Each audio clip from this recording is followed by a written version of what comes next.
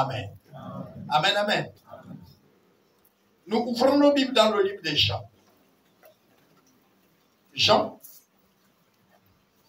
chapitre 1.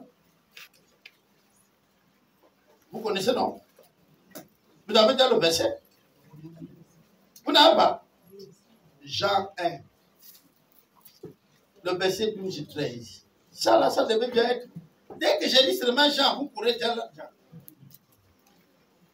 Alors, je vais lire.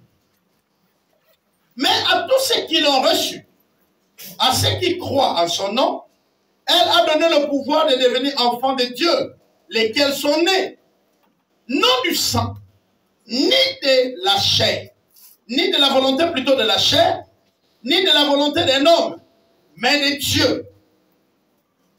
Je reprends la lecture. Mais à tous ceux qui l'ont cru, c'est ça, non?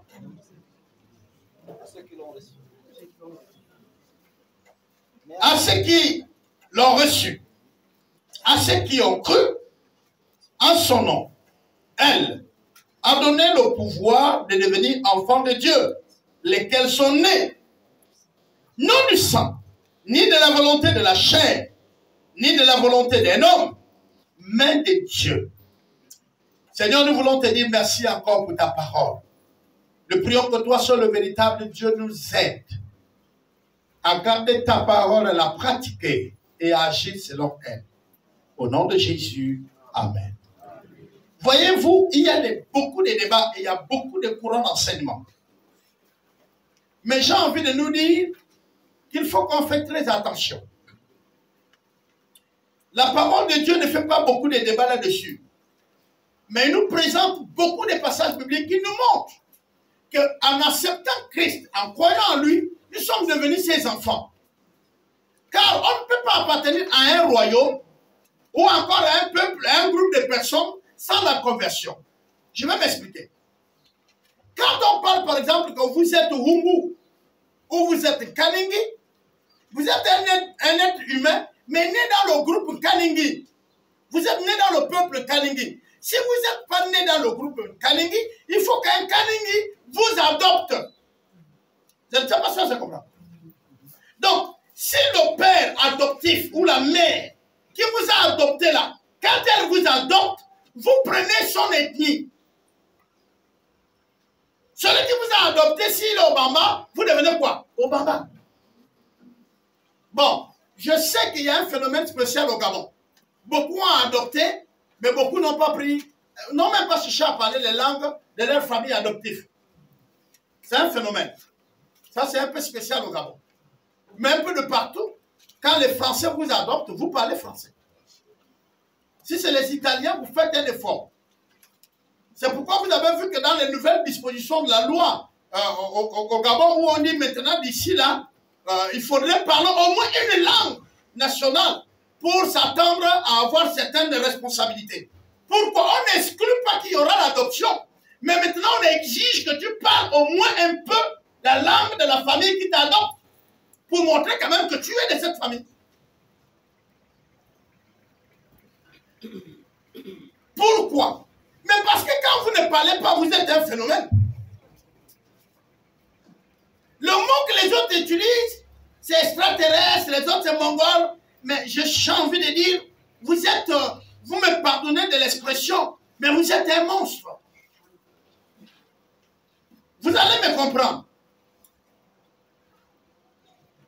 Si un homme a décidé de devenir Dieu, il n'est plus homme, mais il est Dieu.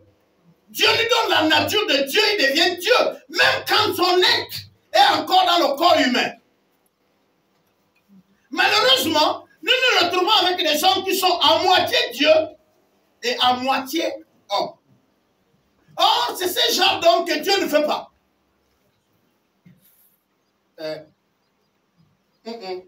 Ok. Vous allez me comprendre. Je reviens lire le passage biblique. Assurément, vous le lisez tous les jours, n'est-ce pas, non? Moi, je dois encore le lire. Et après, on va soutenir avec d'autres. Mais à tous ceux qui l'ont reçu, à ceux qui croient en son nom, elle, la parole, a donné le pouvoir de devenir enfant de Dieu. lesquels sont nés non du sang, donc ce n'est pas du sang, ni de la volonté de la chair, ni de la volonté de l'homme, mais de Dieu. Quand on est né de Dieu, on est quoi? Quand on est né d'un homme, on est quoi? Quand on est né d'un arbre, on est quoi?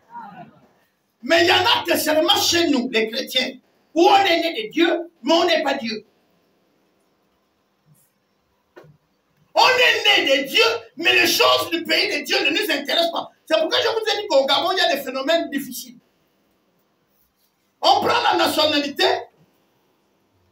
mais on ne veut pas devenir. Ah, je ne sais pas si vous me comprenez.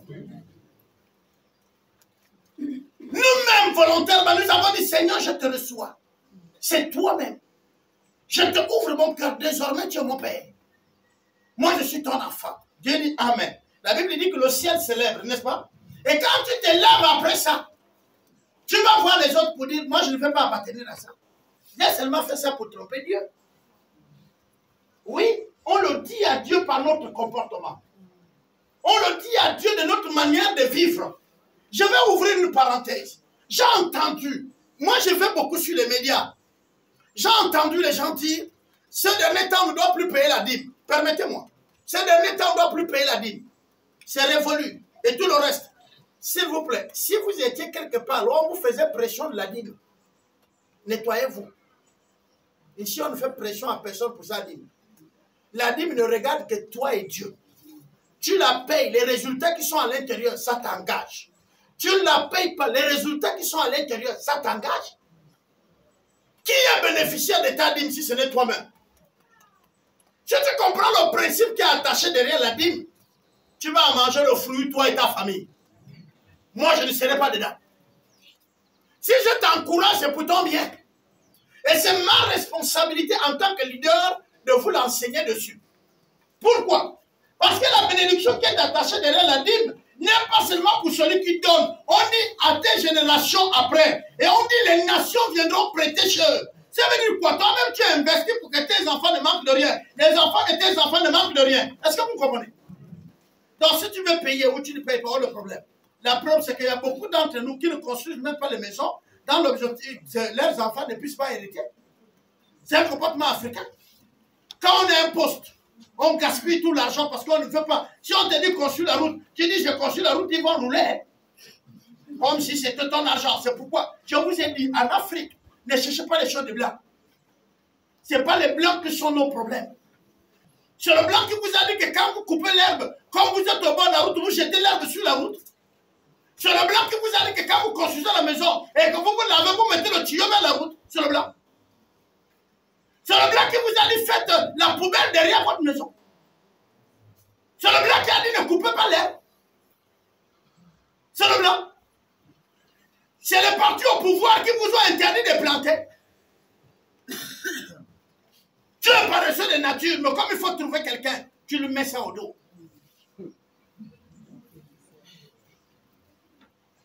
Tu as un salaire chaque mois. Tu n'investis pas, tu ne fais rien. Tout le temps, tu critiques les autres qui interviennent. C'est la rose-croix, c'est la rose-croix. Qui t'a dit ça? Qui t'a dit que pour construire la maison, il faut tuer quelqu'un? Mais ce qui est bizarre, c'est que c'est les chrétiens même qui sont dedans. Tu crois que ça, c'est pour rien? Tu crois que ça... Toi, tu connais. Si on t'appelle au tribunal, tu peux nous expliquer comment il a fait ça? Je parle ici de la conversion. Parce que quelqu'un qui a connu Dieu et qui est de Dieu, il connaît son langage. Tu connais Dieu. Vous avez vu Dieu critiquer quelqu'un? Mais comment nous avons embrassé la foi, mais on ne change pas? Alors posons-nous la question. Est-ce que Jésus-Christ, nous avons cru en lui? Nous l'avons reçu. C'est pourquoi si on dit à quelqu'un tu vas mourir, il a peur. Parce qu'il n'est pas sûr de son salut. Vous comprenez ça? Celui qui a l'assurance du salut. Comme vous voyez Paul, il dit mourir est un gain. Et jamais un artiste congolais qui dit, la mort n'est qu'un véhicule qui vient nous prendre pour rentrer à la maison. Donc quand je dis comme ça, les gens disent quelle voiture? Oh, Non, c'est la voiture. La mort n'est qu'un moyen qui nous prend et qui nous amène au Père. La mort fait peur, c'est quand ça t'amène en enfer. Là, tu trembles. Mais si c'est un taxi qui vient te conduire vers les cieux, tu l'attends même avec ton constat au bord de la route. Ce n'est pas celui que vous allez me payer. Le nouveau vêtement me sera donné avec un nouveau corps. Les amis, même si je meurs, que vous ne m'enterrez pas, j'aurai un nouveau corps. Ce n'est pas Papa Albert qui faisait la bouche là, qui prêchait aux gens que ne payez rien, j'aurai un nouveau corps. Ce qui va pourrir, c'est la chair là. Ça va pourrir. Vous comprenez, non? Mais dans un nouveau corps. Ah, quand tu viens comme ça, je suis là. Je vous ai dit, il y a les bouts ici. Ça vous énerve, mais priez Dieu pour les chipoter, pour marcher avec eux. Parce que vous aurez ces bouilles pour l'éternité. Si vous avez Christ, vous serez sauvés. C'est le salut qui nous sauve. Alléluia. Ce n'est pas les actes. L'autre aussi, il est sauvé. La bouille qui t'énerve là. Tu vas aller au ciel énervé et voir le gars encore énervé. On a dit dans le ciel, il n'y aura pas d'énervement. Hein, non? Donc, s'il te plaît, habitue-toi, frère. Dis, Seigneur, donne-moi le goût du frère. Quand je le regarde, je dois l'aimer. Hein, non? Il doit être sain. Pas le cœur dit, tue-le. Oui, en milieu chrétien, nous connaissons les empoisonnements. Moi-même j'étais victime de 2. Empoisonnement dans le repas. 2. Moi-même j'étais. Je ne vous parle pas des choses que j'ai entendues. Les critiques. Dès que tu t'achètes un véhicule, si le véhicule ne vieillit pas, tu souffres d'abord. C'est quand on te voit au bord de la route en train de pousser. C'est pas il faisait le malin là. Mais là, il pousse. Là, il se réjouit. C'est chez les chrétiens. Mais ils disent, j'ai reçu Jésus. Et donc, par conséquent, tu as la nature de qui? De Dieu, non? Mais comment quelqu'un qui a la nature de Dieu, bien aimé, il est comme ça? C'est pourquoi dans mon thème, j'étais indécis. J'ai dit, je ne suis pas un monstre. Je ne suis pas un mongol. Je ne suis pas une chose. Si tu n'es pas Dieu, tu es quoi? Si tu as dit, j'ai reçu Dieu. Vous savez, les amis avec la brochure de Campus pour qui se dit chrétien charnel. Vous savez que c'est aussi dangereux quand on t'appelle chrétien charnel. Est-ce que vous connaissez ce que veut dire ça? C'est-à-dire Wungulungulu. Vous comprenez ça? Vous connaissez Wungulungulu? Oh?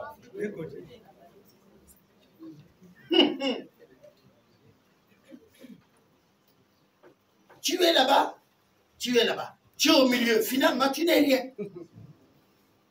Si vous mettez au monde un enfant, il est humain, il est arbre, il est humain et il est aussi grenouille. Votre enfant est à moitié animal, à moitié humain. On va dire singe. C'est un très beau bébé. Ah non? Parce que le bébé a l'équilibre. Voyez ce que beaucoup d'entre nous sont en Christ. Ils ont mis le pied de l'autre côté de Christ, mais ils ont gardé l'autre pied. Et on a des slogans païens qui disent, attention, on ne libère pas la branche. Un vieux singe ne libère pas une branche sans s'assurer que l'autre le tient. Et donc tu es au milieu. Tu ne sais pas que c'est facile qu'un chasseur t'atteigne, parce que là, tu t'es exposé. Poitrine vers le viseur. Beaucoup d'entre nous ont exposé leur vie volontairement. Les bien-aimés, j'ai envie de vous dire, méritez l'enfer. Oui, quand tu vas en enfer parce que tu as volé l'œuf, c'est pas bon. Vole. Vole, mon frère, vole. Au point que quand on te regarde, oui, il vole. Mais ne faites pas semblant. Je ne sais pas si vous comprenez. Vous faites semblant. Non. Choisissez votre camp. Et méritez ce qui va vous arriver. Si tu as dit que tu es un truand, frère, sois truand. Lis les livres dessus. Va sur l'internet pour étudier c'est quoi la truanderie. Et tu vas devenir un bon truand. Et là, arrête avec l'église. Tu perds, regarde le temps là. Tu aurais escroqué déjà 2 ou 3 personnes. Non, mais sincèrement,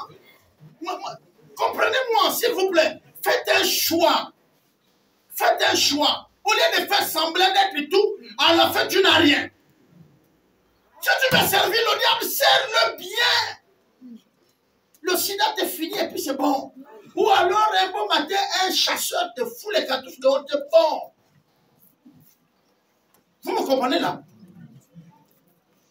Dieu n'est pas à la recherche des enfants.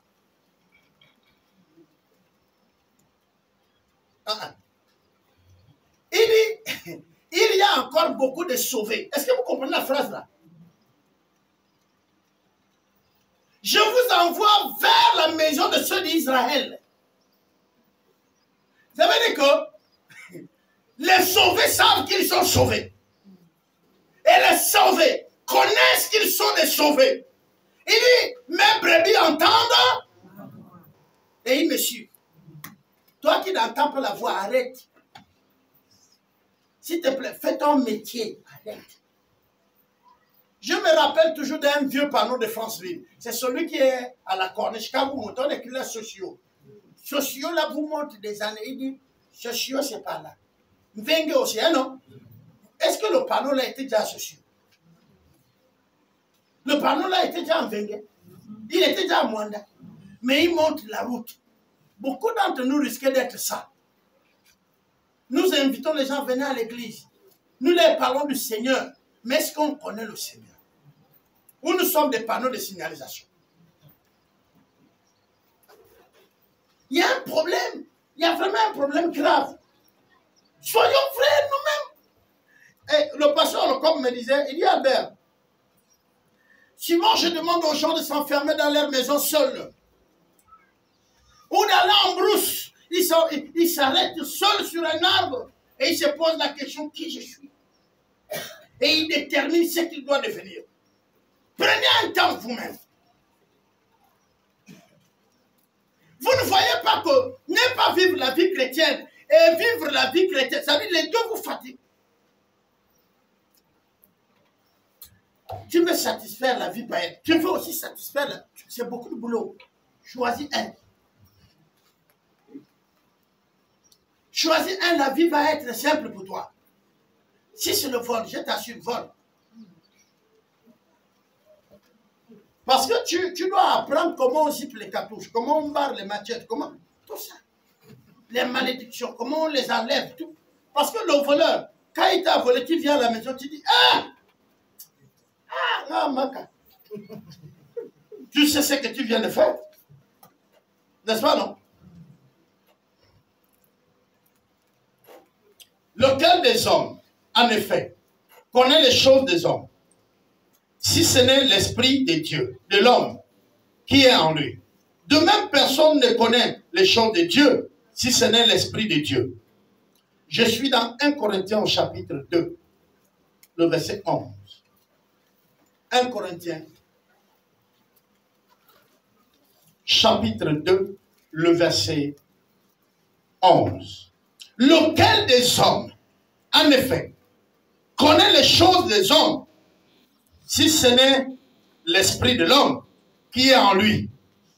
De même, personne ne connaît les choses de Dieu, si ce n'est l'esprit de Dieu en lui.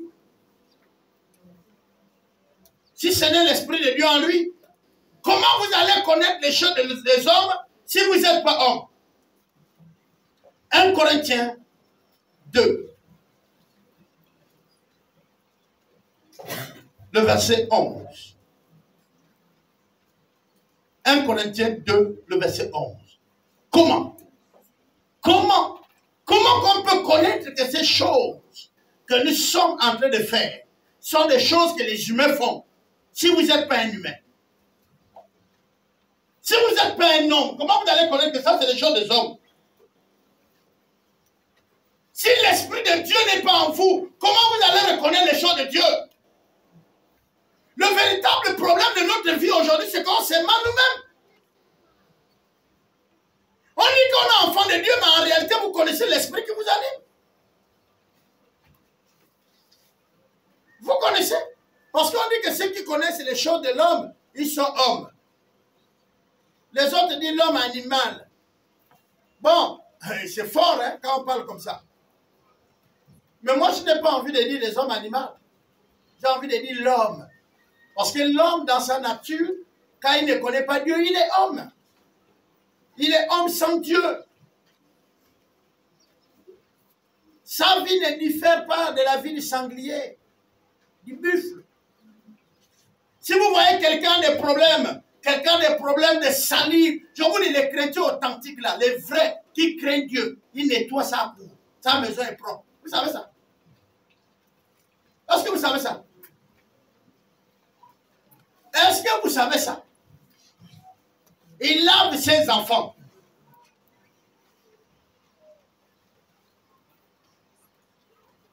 Il nettoie ses finances. C'est-à-dire qu'il ne jette pas l'argent n'importe comment.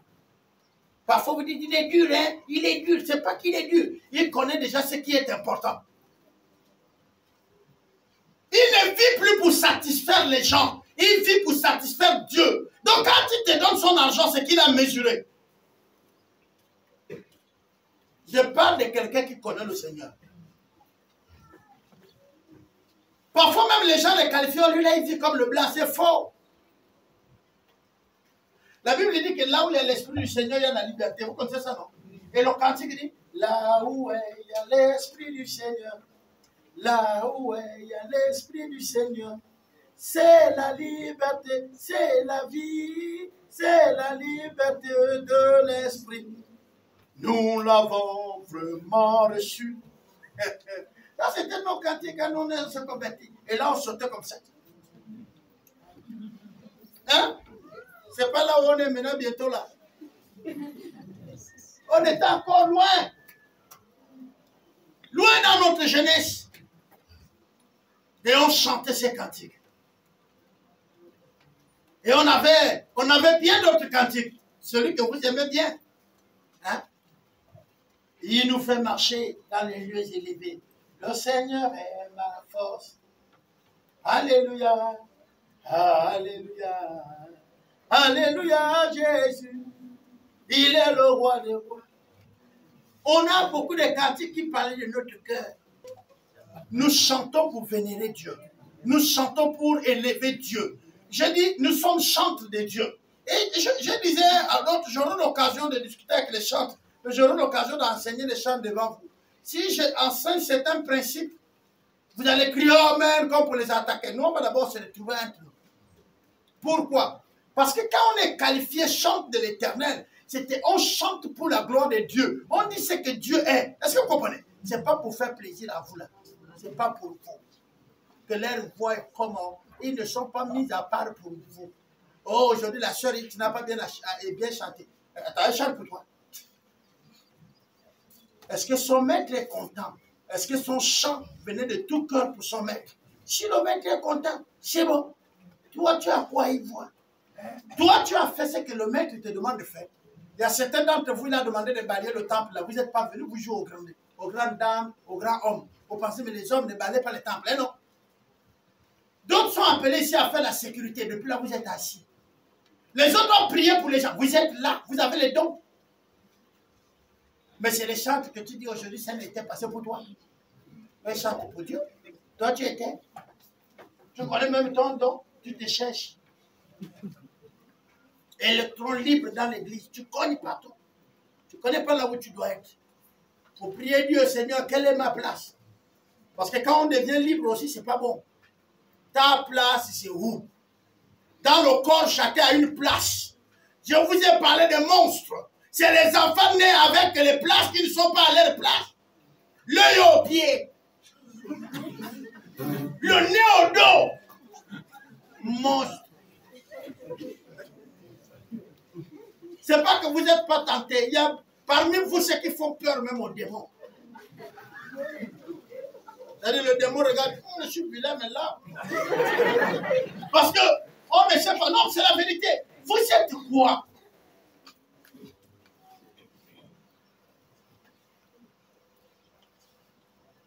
Vous êtes quoi? Parce que vous êtes au milieu, les frères et sœurs. Je n'exclus pas qu'il y a des gens qui ont fait la décision avec le Seigneur. Je n'exclus pas que dans cette assemblée, il y a des femmes et des hommes qui croient au Seigneur pour la vérité. Malheureusement, il y a beaucoup qui ne savent pas le Seigneur. Ceux-là encore, ils sont excusés. Ceux qui veulent connaître du Seigneur, qui ne connaissent pas le Seigneur, ils sont excusés. Mais pas pour ceux qui sont un pied dans le Seigneur, un pied hors du Seigneur. Ce n'est pas bon. Vous êtes quoi? Bien-aimés, asseyez-vous et choisissez un côté. Vous n'êtes pas sûr. Il y a un verset biblique qui le dit. Il dit, ceux qui sont du Seigneur, l'Esprit atteste, on peut lire.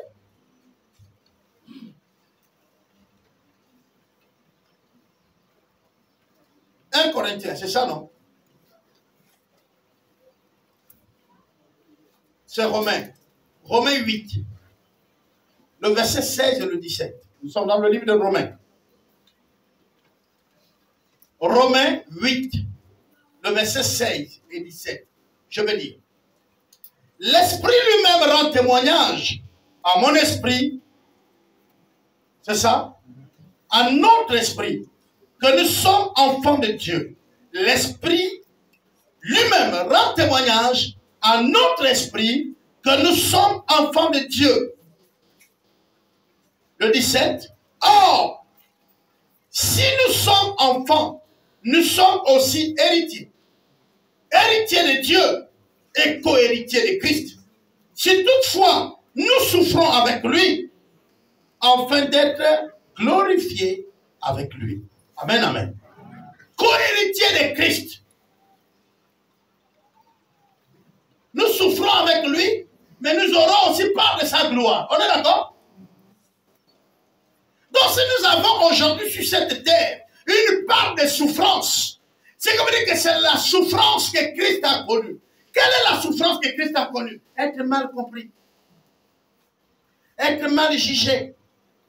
Accusé de tout. Être mal compris. Mais mes frères, vous avez déjà subi, vous êtes à une réunion de famille.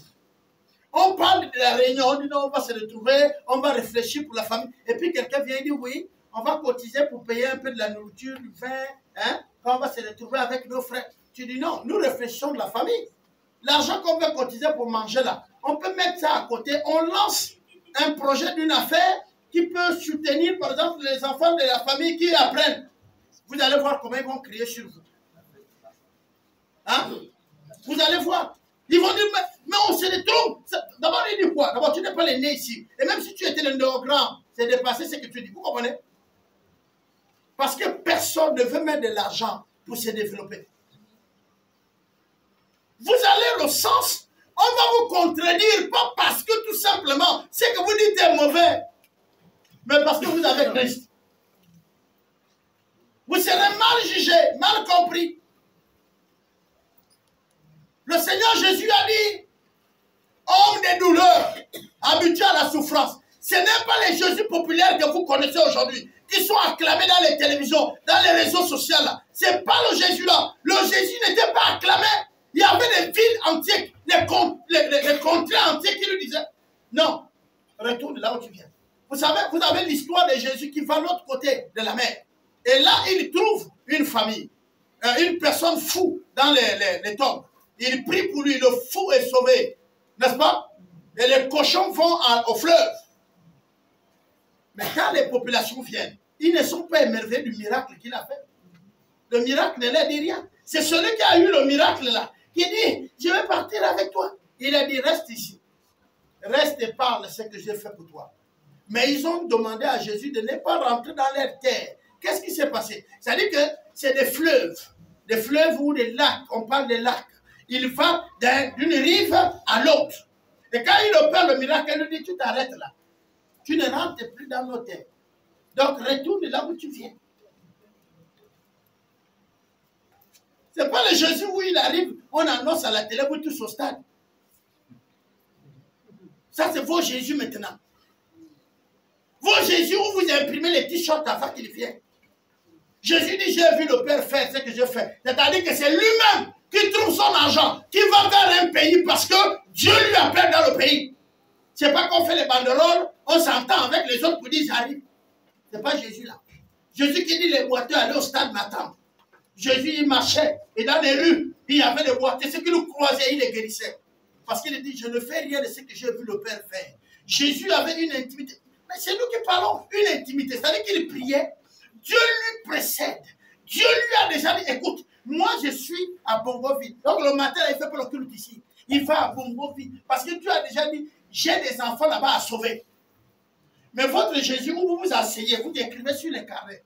Le 18, on est à Bongoville. Le 25, on est à Chibanga. Vous pensez que c'est Jésus. Ce que vous faites là, c'est vous qui partez dans ces endroits où le Père vous a avancé. Et vous chantez. Je fais comme lui. Et je marche comme Jésus. Nous marchons comme Jésus. Et non, vous marchez comme lui. Marchez par l'esprit. Mais marchez par l'esprit. On peut faire un programme, mais selon l'esprit. Et le programme qui n'est pas par l'esprit peut être changé. Vous allez voir Pierre et Paul, il fait un programme avec les autres. Le programme c'était retournons voir les églises qu'on a ouvertes afin d'édifier les frères. L'objectif c'était de repartir là où ils avaient ouvert les églises et encourager les frères. Mais dans leur mouvement, il faut arriver où Dieu se révèle à eux. Il dit non, non, non, en Macédoine, il y a là-bas un peuple qui est en train de mourir. Courez pour leur salut. Ils ont freiné. Ils ne sont plus allés vers là où ils continuaient. Ils ont dit, Dieu nous appelle à Macédoine. Nous devons aller là-bas vite. Et ils sont allés à Macédoine. Or nous, quand on a nos programmes, qui est prêt à nous les changer? Qui est prêt? Tout ce qui vient nous présenter hors de nos programmes, c'est l'ennemi. L'ennemi veut nous empêcher d'accomplir ce que nous avons déjà programmé. Eh non? L'ennemi. L'ennemi. Quand nous avons commencé le chantier de la foi, on parlait de certaines choses. Et puis un jour, je me rappelle encore, il y a une personne qui m'a dit, mais vous ne construisez plus le chantier de la foi, pourquoi? Vous êtes maintenant bloqué. Je l'ai regardé. Il dit, ça s'appelle chantier de quoi? Il dit de la foi. J'ai dit, quand on te parle de la foi, c'est que l'argent, ce n'est pas nous qui donnons, c'est Dieu qui donne par son royaume. J'ai dit, attends, tu vas voir. Mais il faut aussi savoir qu'il y a le temps de Dieu. Comment on voit le temps de Dieu? Comment on voit le temps de Dieu? Ce sont des sujets. C'est souvent l'enseignement le mercredi qu'on discute de ça. On est pour connaître la volonté divine de Dieu. Il y a trois choses que parfois nous alignons. Un, la parole de Dieu, qu'est-ce qu'elle dit? Deux, il y a la paix du cœur. Et la troisième chose, c'est les circonstances. Laisse Dieu te conduire. Il y a les circonstances. Tu peux vouloir faire quelque chose pour des raisons que tu ne peux pas expliquer, tu es bloqué. Tu peux pousser, toi là, pour les raisons que tu... Quelqu'un te pose la question, tu ne peux pas lui expliquer, tu es bloqué. Mais au moment qui n'est pas favorable, où tout le monde pense que là c'est critique, c'est là que tu dis je fais la chose. Là aussi tu ne peux pas expliquer quelqu'un.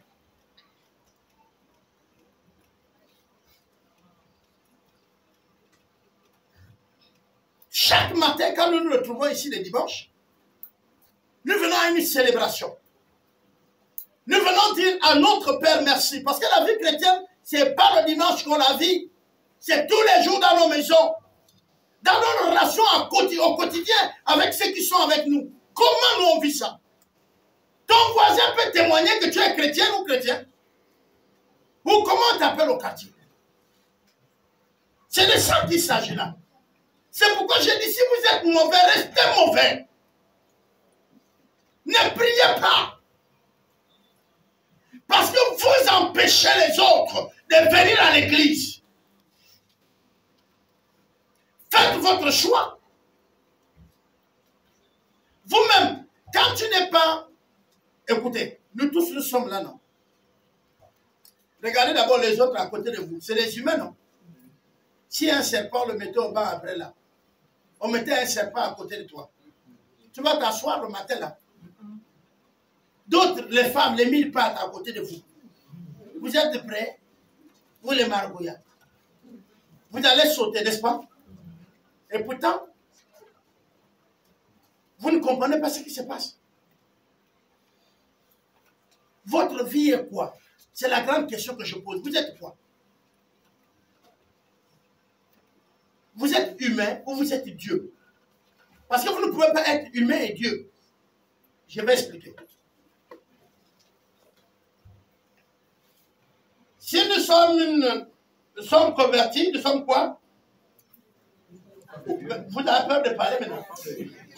Nous sommes une nouvelle, les choses anciennes et le reste, ils sont devenus. Bon, maintenant je pose la question. Quand on dit les choses sont passées, elles sont passées où?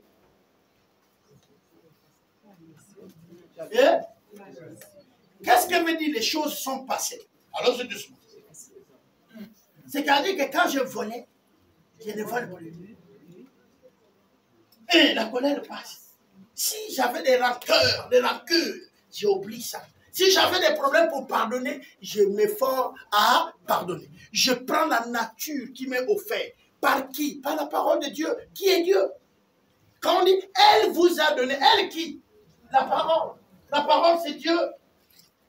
Elle vous a donné le pouvoir de devenir enfant de Dieu. Mais si elle n'est pas en vous, elle va vous transformer comment? Tu ne lis pas la Bible, mais tu aspires à la transformation. Comment? Comment? Comment tu vas être transformé si la parole qui doit te transformer n'est pas en toi? Comment? Depuis le dimanche passé, c'est ce matin-là que tu écoutes même la parole. C'est le matin-là, vous blâmez les enfants, vous cherchez où ils ont déposé votre Bible. Hein non? Ou tu demandes à ton partenaire, ma Bible est même où? Le dimanche matin.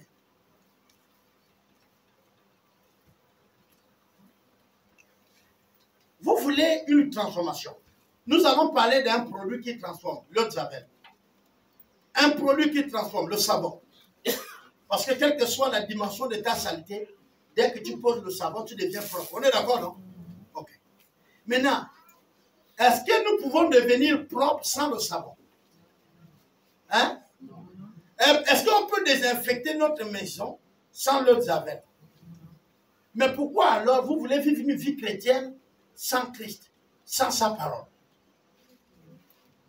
Comment vous pouvez faire ça? Comment vous voulez vivre la vie chrétienne sans la parole de Dieu? Vous ne la lisez pas. Vous ne l'écoutez pas.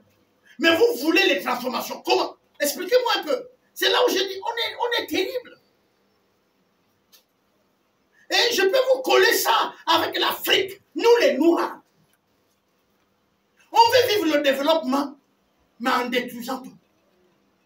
C'est parce que la parole de Dieu est en toi. Ou elle n'est pas en toi.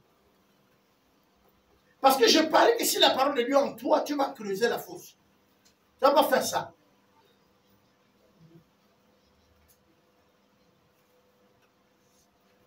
Faire une toilette, dans le livre de Lévitique, il est imposé aux enfants de Dieu de faire les toilettes. Vous voulez que je revienne vous dire ça? Je peux revenir avec les versets bibliques. La distance du toilette de la maison et la profondeur qu'il est creusée. Ce matin, je voudrais que notre comportement, nous comprenons en tant que chrétiens, Dieu ne vient pas seulement régler notre vie en Christ intérieur, il vient régler aussi notre comportement. Il vient régler nos relations avec les autres. Tu es devenu vilain, toujours fâché. Tu as quoi? Mais c'est quoi ça? Chez nous, les gens qui ont l'esprit de Okira, là, quand on fait un table tam-tam, tu as quoi?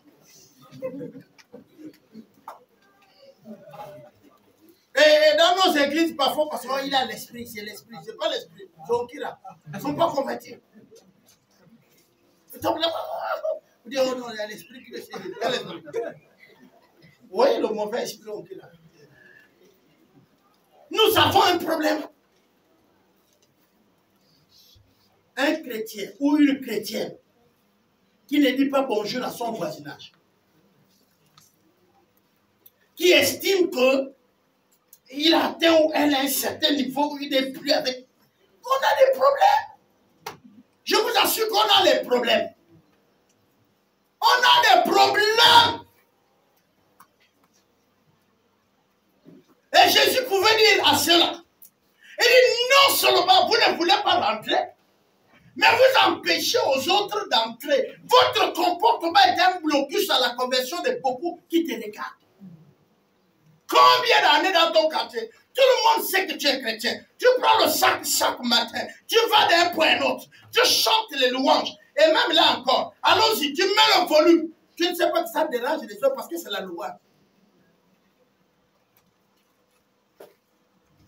Tu es là, Dieu, il va faire encore. Mais les païens n'avaient dit, il fait quoi même? Et il fait quoi même avec toi? Il fait quoi? Il a fait même quoi avec toi?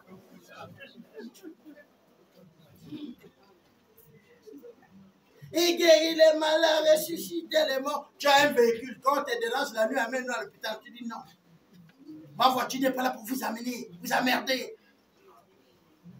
Mais il ressuscite les morts, il guérit les malades comment? Si ce n'est pas toi, tes mains, si ce n'est pas ta voiture, si ce n'est pas ta maison, il va faire le miracle avec qui? Si Dieu fait les miracles dans l'air, on n'a pas besoin de prier encore, même d'avoir des églises. Restons dans nos maisons et Dieu opère. Mais Dieu utilise ta main. Seulement c'est la main là que tu ne veux pas partager. Je vous ai lu un jour un verset qui dit, en donnant à quelqu'un, vous permettez à la personne là de louer Dieu, de rendre des actions de grâce à Dieu. Ça veut dire quoi? Quand tu donnes quelqu'un le pain, il te dit, ah merci mon frère. Et puis après la phrase, il continue de dire, Seigneur merci. Hein. Est-ce que vous comprenez ça? Vous permettez à quelqu'un de dire au Seigneur merci. Parce que Dieu lui a donné au travers de toi. Ça veut dire que tu es un instrument de Dieu. Mais vous là, vous préférez jeter vos pains. Le cœur quelqu'un. Cœur de pierre. Mais vous êtes enfant de Dieu. Vous ne savez pas qu'en faisant du bien, vous allez combattre le mal. Vous ne savez pas que quand votre voisin est mauvais et que vous êtes bien, il va changer en bien. Pourquoi vous le copiez en étant mal comme lui? Vous, on vous appelle les fils et les filles de la lumière. Vous êtes le sel de la terre. S'il y a la lumière sur la terre, c'est vous. On dit, vous êtes la lumière du quoi? Du quoi? Là où vous habitez, c'est dans quoi? Et ceux qui sont à côté de vous, ils sont dans quoi? Et vous, vous êtes quoi? La lumière, non? On dit, on ne peut pas allumer la lumière pour la garder sur le lit. Ni sur un seau. On la met là où elle va éclairer. Vous éclairez. Ou vous êtes sur le seau. Ou vous êtes sur le lit. Votre lumière est où? Les païens continuent à insulter Dieu. Votre lumière est où? Votre lumière est où? On dit vous êtes le sel de la terre. Les mamans après le culte, vous pouvez aller faire l'expérience. Préparez. Avant que vous n'enlevez la nourriture. Goûtez sans sel. Elle est comment? Et quand vous mettez du sel, agréable à manger, c'est vous qui donnez le goût de vivre. La Bible dit, ce monde attend avec ardent la révélation, oui. Ardent quoi? La quoi? La révélation des fils de qui? De l'homme. Vous.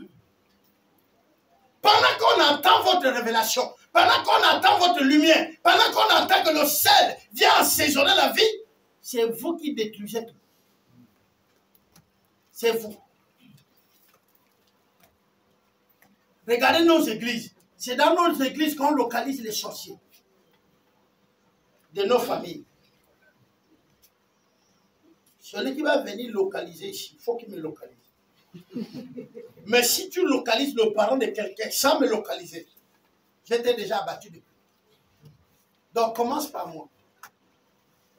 Parce que je ne comprends pas. Jésus lui-même a fait le ministère. Il n'a localisé le père de personne. Il n'a localisé la mère de personne. C'est parce que nous on ne lit plus la Bible qu'on ne voit pas comment Jésus faisait. Et on accepte n'importe quoi. Tu es malade. Mais tu attends qu'on te dise que c'est ton parent. Mais vous aussi. Il est plus facile de tuer un bébé un enfant quand il est bébé. Vous là qui avez eu le bac là. 2 jours après, vos ennemis, c'est vos mères et vos pères. Rassurez-vous qu'au moment où tu dis c'est maman ou c'est papa, la malédiction est sur vous. Ce n'est pas moi qui la prononce. Lisez la Bible. Lisez la Bible. Sur ceux qui abandonnent leur père et leur mère. S'il vous plaît, jouez votre rôle. Vous avez Christ. Ici, je n'ai pas envie de donner beaucoup de choses. J'ai envie de finir parce que moi, je pense que j'ai même tout dit. Et pourtant, je n'ai pratiquement rien dit. Pourquoi je parle comme ça? Vous avez Christ en vous. Vous avez la révélation en vous. Christ vous a fait naître en lui. Vous êtes devenu un Dieu. Est-ce que vous savez ça? Vous avez la nature de Dieu. Et on dit ça, il a fait de vous un sel. Il a fait de vous une lumière. Mais vous n'arrivez à rien bouger. Ni dans votre famille, ni dans votre entreprise. Rien. Vous conformez aux autres. Vous ne voyez pas, il y a un problème.